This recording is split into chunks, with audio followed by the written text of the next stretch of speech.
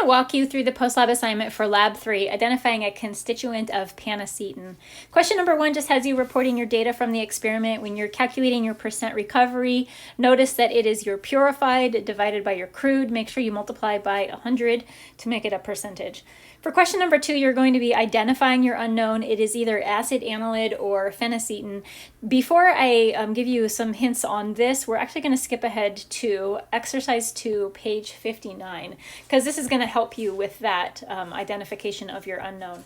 So for exercise 2, it tells you that you have a compound X, and you know that compound X is one of 4 different substances. I'm just going to label them A, B, C, and D. Your textbook gives you the actual names of these substances, and your textbook provides you with the melting points of each of these 4 substances.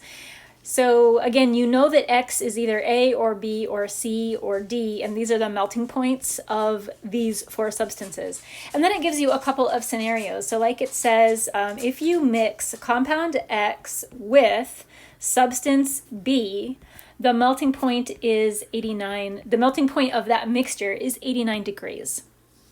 So we know that compound B has a melting point of 121 based on the table. If compound X is actually substance B, if that was its identity, if you mixed B with B, you would just have a mixture of B, and its melting point would be 121. Since the melting point of this mixture is 89, it is not 121, that tells us that X cannot be B. So we know, we can rule this out, that X is not B. Again, because if X was B, a mixture of B and B would have a melting point of 121. It would just be a pure mixture of B.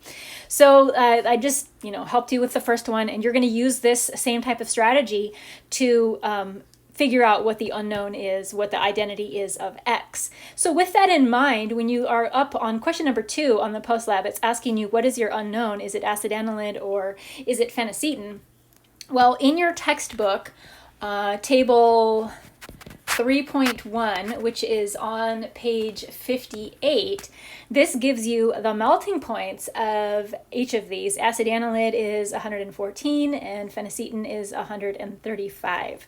And maybe it's kind of dicey for me to write them right there because I'm going to put them here instead. So what you are going to be able to do is you say you have your mixture of your unknown, we'll call that X, with acid analyte, and if that substance melts at 114, you can feel pretty confident that X is acid analyte because it all matches up.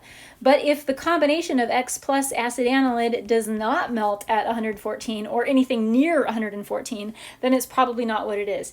Now, it's not going to be exact. If I got a melting point of 113 here, I would say, yay, that means that I definitely have acid analyte.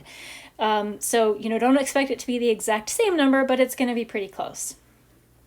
For question number 3, I'm asking you to do just exercises, or just part A and part B of exercise number 1. This is going to have you doing some math, some solubility calculations, and it is giving you the solubility information in table 3.1. You're going to need to use that. So the first question is asking you, if you have 1.5 grams of the phenacetin, I'm just going to call it P, how much water, what's the minimum amount of water needed to dissolve that? To figure this out, and it says boiling water, so boiling, because that's important. So to figure this out, you're going to need to use the solubility in boiling water. And again, this is in table 3.1. The solubility, it looks like it's just a number. It says that it is 1.22, but if you look underneath the table, it says that the solubilities are in grams per 100 milliliter of water. So you're just going to do some algebra to help you figure out how much water you need. Maybe set something up kind of like this. Do some algebra there. And then it asks you how much of the phenacetin would remain dissolved when the water is cooled. So what you're going to do there is similar type of calculation. You're going to say however much of the hot water you dissolved, you're going to ask yourself how much could stay dissolved if the water had cooled down. If the water cools down, the solubility is 0.0076 grams per 100 milliliter. And so maybe you could set it up kind of like this. You have this X solubility that you calculated over here. Just going to copy that number in, and now you have a new unknown variable that you're trying to solve for. This is going to tell you how much is going to remain dissolved. And that's all that you have to do for that part. That should be pretty simple. And then exercise 3. This is similar to a question that you had on your last post lab. This is giving you 3 different scenarios, mistakes that could have been made. So for example, scenario A says you failed to dry the product completely. How does this affect the yield? I spelled that wrong. How does this affect the yield? How does this affect the purity? And maybe it's not always going to affect it. So maybe you could say this has no effect on the yield at all, but it does affect the purity, or vice versa.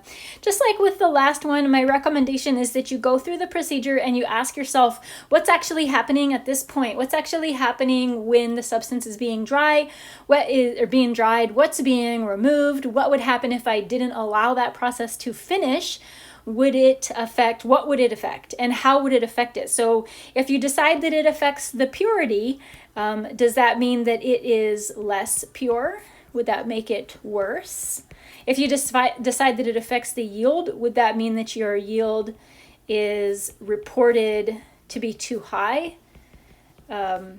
So it is like incorrectly high or incorrectly low. These problems are pretty tricky because they do require you to think a lot about what's happening with the chemical reaction.